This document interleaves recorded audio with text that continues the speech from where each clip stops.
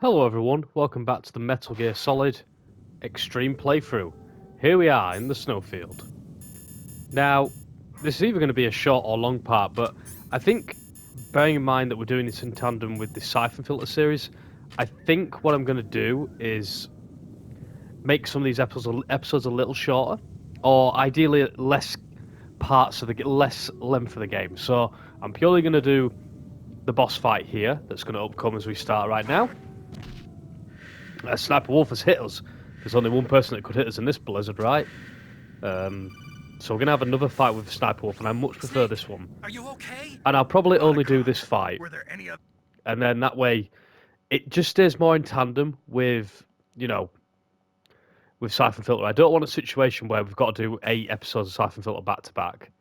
It's probably going to happen anyway, but if I can just reduce that number, so it's only like a 4 to 5 days worth, so that we can try and keep them in tandem. It's not so much a problem with MGS 2 and 3, because them games are longer, but we first all need to run like hell, because the hardest bit is finding the damn woman. Now, I could be really cheap and do this by using the Nikita, because you can sort of break this boss fight. Don't like that. Okay, that's coming from that direction, isn't it? There, we've got her. Right, now. The thing with this fight is, there are ample opportunities to sort of get her when she's running.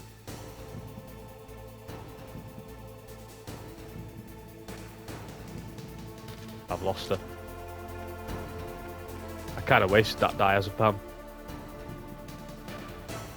Right, we've got her. As I say, you can get her when she's running a lot more, and she's very obvious when hiding behind the trees. Like that. I could have got her then, but I kind of lost her. The thing is, there you go. Can do a lot of those shots, you see. Got her.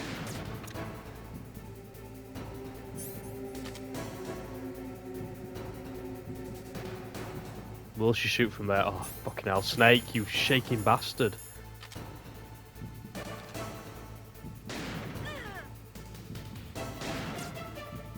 That's one of the worst trees. She doesn't always shoot from there, depending on the angle. But I much prefer this fight, just because it's more open.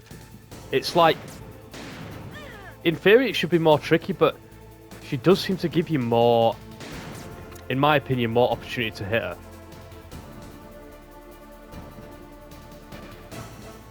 But I love the setting of the field. It is pretty cool.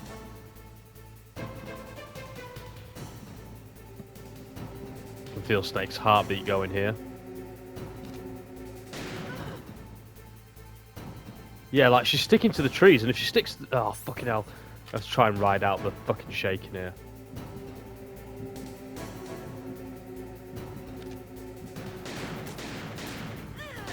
Oh, it still worked. Nice. Snake might be a shaking lunatic, but I can still hit sometimes. She seems very slow to hit, which is very good. Right, we'll take one more for the risk. Oh, right in the face. Yes! One more will do it. Right, come on. I used to really struggle with this fight, but now I think it's a bit of a doozy. I might be getting a bit... Yes! Right when she's running. Yeah, it's just... I don't know. That fight... Is it just a lot more fair? I don't know. It just... Oh. Sniper rifle. Never really going to need you again, I'm afraid. Now, one cool thing you can note here. There you go. Huh? Yeah, parachute. Well, what does that mean? Colonel, listen to me. I found a parachute near the wreckage of the Hind. A parachute? You don't think that Liquid survived? Impossible. As soon as he jumped out of the pilot's seat, he'd be sliced up faster than an onion on an infomercial. So what's that parachute doing there then? I have no idea. A trap? Either that, or a message. To me. Meaning I'm not dead, I suppose. Maybe. But I think it's more like, I'll string you up. Well, in any case, don't let your guard down. I won't. I just like including that because that's a moment I didn't find out about until years later. But as I say, guys, this part's going to be a lot shorter because I purely, wanted to just do the boss fight. I'll include some of these upcoming cutscenes because I want to briefly just mention the upcoming cutscene because this is very much the moment where Metal Gear Solid becomes something a bit more than just a game to me and just really special, this moment. So I'll let this play in its entirety. If you're not interested, just skip ahead. I waited for this moment. I am a sniper. Waiting is my job. Never moving a muscle. Concentrating.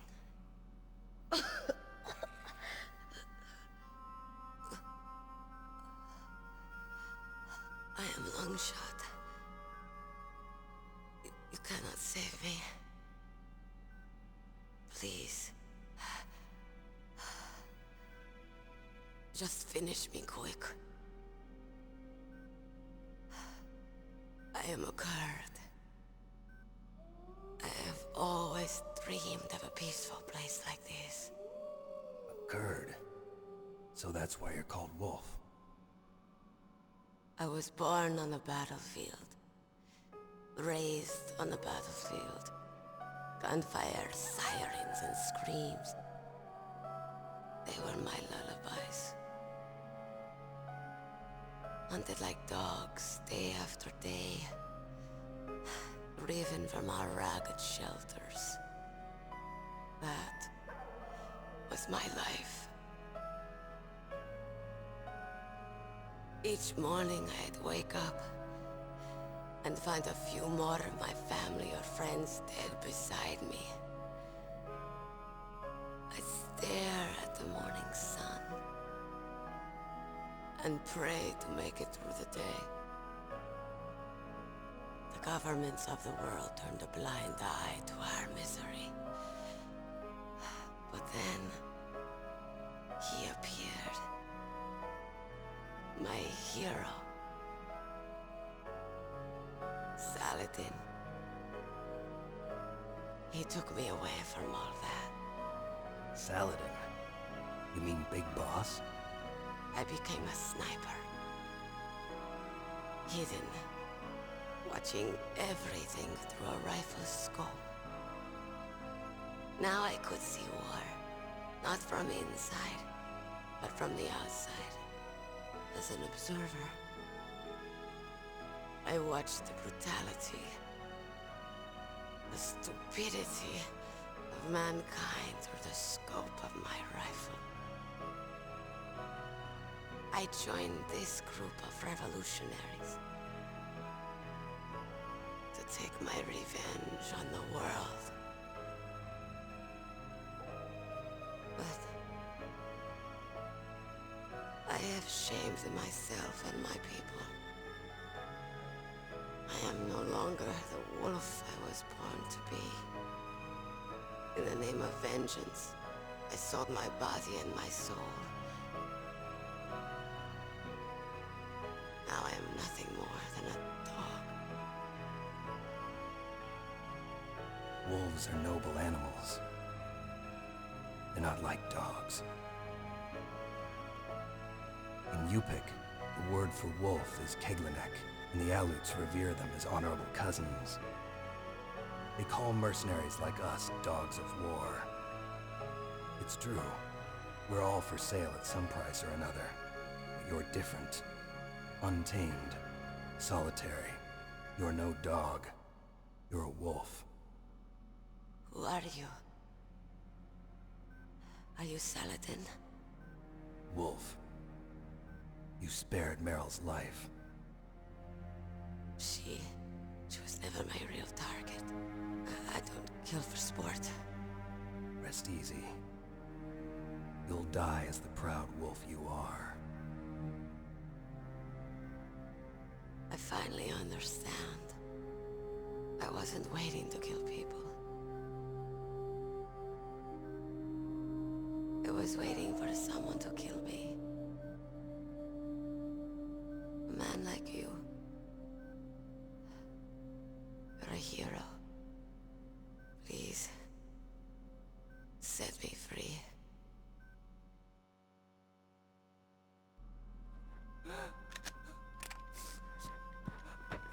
Why? Why? I loved you.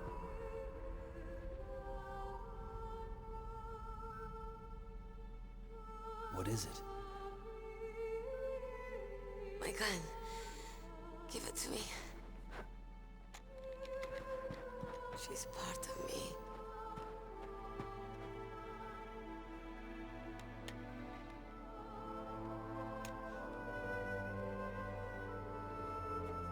Everyone's here now.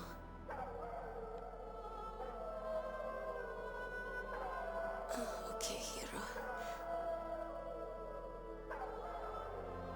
Set me free.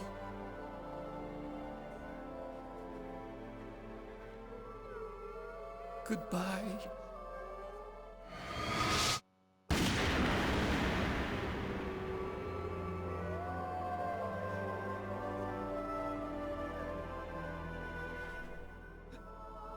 Snake, you said that love could bloom on the battlefield.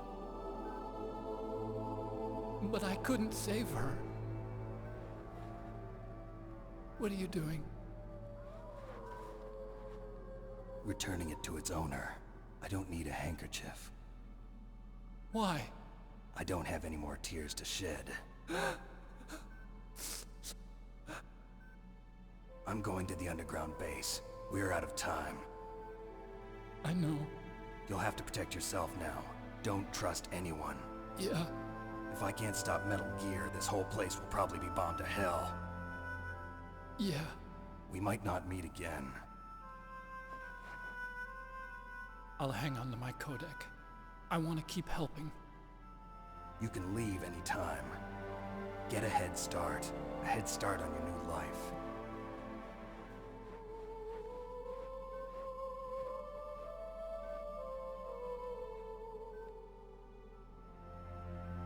Snake! What was she fighting for? What am I fighting for? What are you fighting for?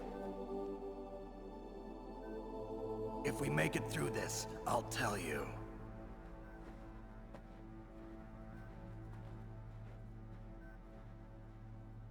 Okay.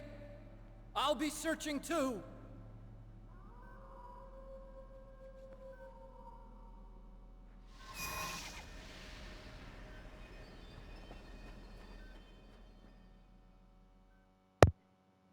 So I could spend quite a while talking about that cutscene, and the reason I've left it is because it probably is my favourite one in the game. But I could spend ages talking about why that cutscene was really stands out in my mind and is still very special to me. And there's so many great moments I love. I love the one when Snake is just walking away and the camera's behind him. It's Floyd turns around and says, "If we make it through this, I'll tell you." The only part I don't like is when Otacon first comes in and does the I loved you" bit. I never liked that even back then when I first played this game in like 2004 and 5.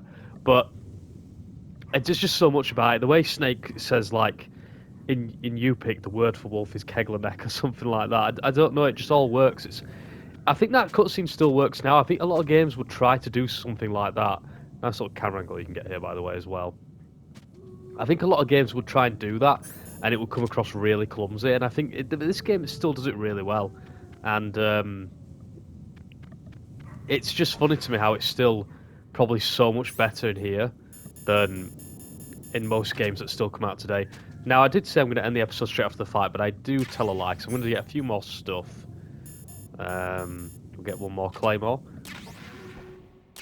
But yeah, just that was a big... That cutscene always meant a lot to me. I remember playing this game for the first time, and it was this kind of moment where it just really dawned on me how special this game was. I was like, I'm not just playing a regular game like I normally do when I'm playing even something like Cypher Filter, which I do enjoy, but it just isn't the same as this. This was just like, oh my god, like I am just playing something so special right now.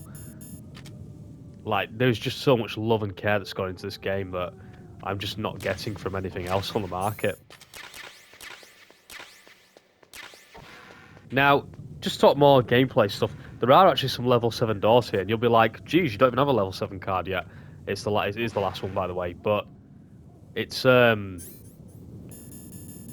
there's very little point in coming back. I have done it a couple times just out of curiosity. There's nothing groundbreaking in there. I think there's like cardboard boxes and stuff. And lots of chaff grenade in here, which is awesome, as we will need it. But I will get to the point when the game requires you to change the disc, and it feels like a good way to end the episode. But I'll probably also include the end of this game as well, so that we have some cutscenes included. It is meant to be like a cutsceneless run, but we include them anyway. Here's the third truck of the game. So you can still you could fast travel all the way to the snowfield, or I assume you can go back to Nuclear Warhead Storage Building. I've never tried that, and I'm not going to, because if you think I'm losing all that progress when I don't have a snowfield cardboard box, you've got another thing coming. Is that all there is in here? I think that probably is said cardboard box. But yeah, it's something about the atmosphere of this game in particular. I love MGS3 to bits, but I still think even this game's got a little edge sometimes with the atmosphere to the snowfield, so that's how you get back here. But I don't know why you would ever backtrack all the way back. Let's see, you can enter most rooms. I think there's just one level 7 door. Oh no!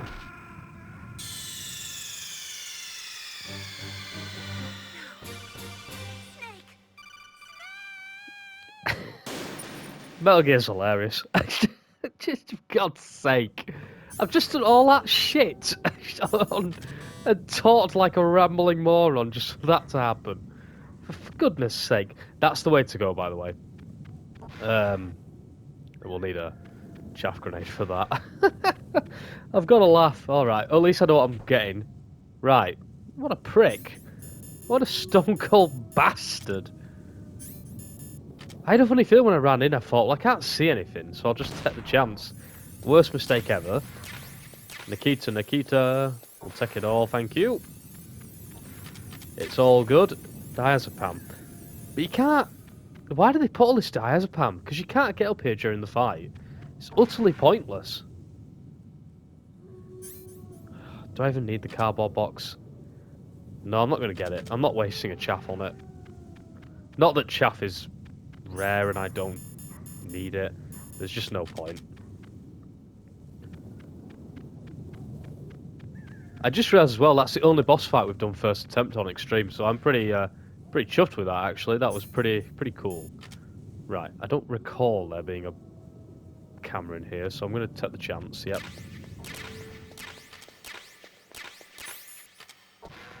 Honestly, you couldn't write it, could you?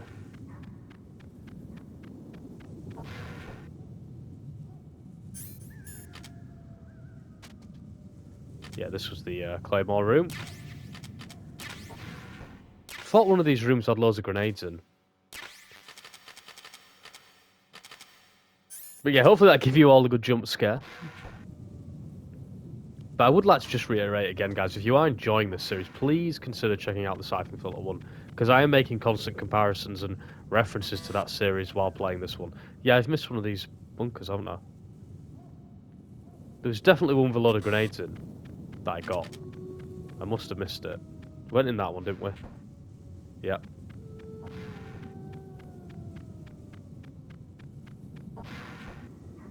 I sure got a load of grenades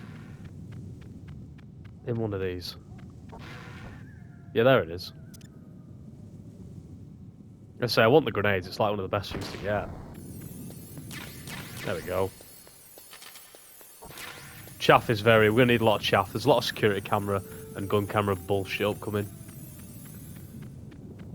But one of the more noteworthy moments coming up is we have to change the disc. That's the original MGS1 on PlayStation 1 had 2 discs, and this was the moment when you go through this building and you go through the cameras, you have to change the disc, and it's kind of done pretty cool in the Master Collection, as you'll see. But another thing I wanted to touch upon just briefly on the Sniper Wolf cutscene, and I know this has just become a Sniper Wolf cutscene monologue basically, but I love how it tied in real history, because the whole Kurd situation was a real thing after the Gulf War in 1991, and it wore, Sniper Wolf says the governments of the world turned a blind eye to our misery, and that is totally true. You can look it up after Desert Storm and we sort of left there. Which, if you're interested in Desert Storm, check out Black Ops 6 playthrough. Another plug for another series. But you know, and I think Saddam Hussein and the Iraqis just massacred them, and we just left them pretty much. I mean, you can long debate stuff like that, you know, and ethics of war and getting involved, but yeah, desperately sad situation. I think that's the main thing you can say.